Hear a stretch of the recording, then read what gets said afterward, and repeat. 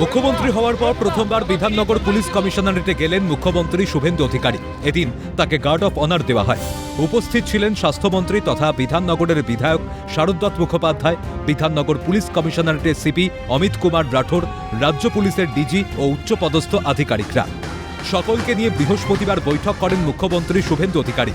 তৃণমূল জমানায় অপরাধমূলক কাজ বেড়েছিল বিধাননগর এলাকায়। রমরমিয়ে চলত সিন্ডিকেট রাজ। রাজারহাট নিউ টাউনের বিভিন্ন এলাকায় আস্তানা বেঁধেছিল ভিন রাজ্য থেকে আসা অপরাধীরা। দিনের পর দিন ওই এলাকাগুলোতে লুকিয়ে থেকেছে বহু দুষ্কৃতী। একাধিকবার গ্রেপ্তারও হয়েছে বিভিন্ন জঙ্গি সংগঠনের সদস্যরা। এদিকে ওই পুলিশ কমিশনারেটে থাকেন বেশিরভাগ একাকী বয়স্ক মানুষ, ফলে বাড়তি চিন্তা পুলিশের। তাই রাজারহাট নিউ টাউন এলাকার নিরাপত্তা জোরদার করতে বৈঠক করেন মুখ্যমন্ত্রী শুভেন্দু অধিকারী। সূত্রে খবর, রাজারহাট নিউ টাউন এলাকার অপরাধীরা যাতে শেল্টার নিতে না পারে, ওই এলাকার বাসিন্দারা যাতে সুরক্ষিত থাকেন, সেই নিয়ে আলোচনা হয় বৈঠকে। এছাড়াও আগামী দিনে বিধাননগর পুলিশ কমিশনারেট কিভাবে চলবে, এলাকার নিরাপত্তা আরও জোরদার করতে রোডম্যাপ কি হবে, সেই নিয়েও আলোচনা হয়।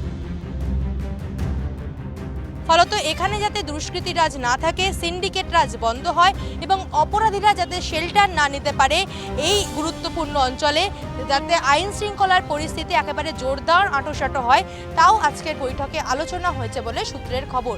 ক্যামেরায় সুদীপ্তর সঙ্গে রেশমির রিপোর্ট, ক্যালকাটা নিউজ, সল্টলেক।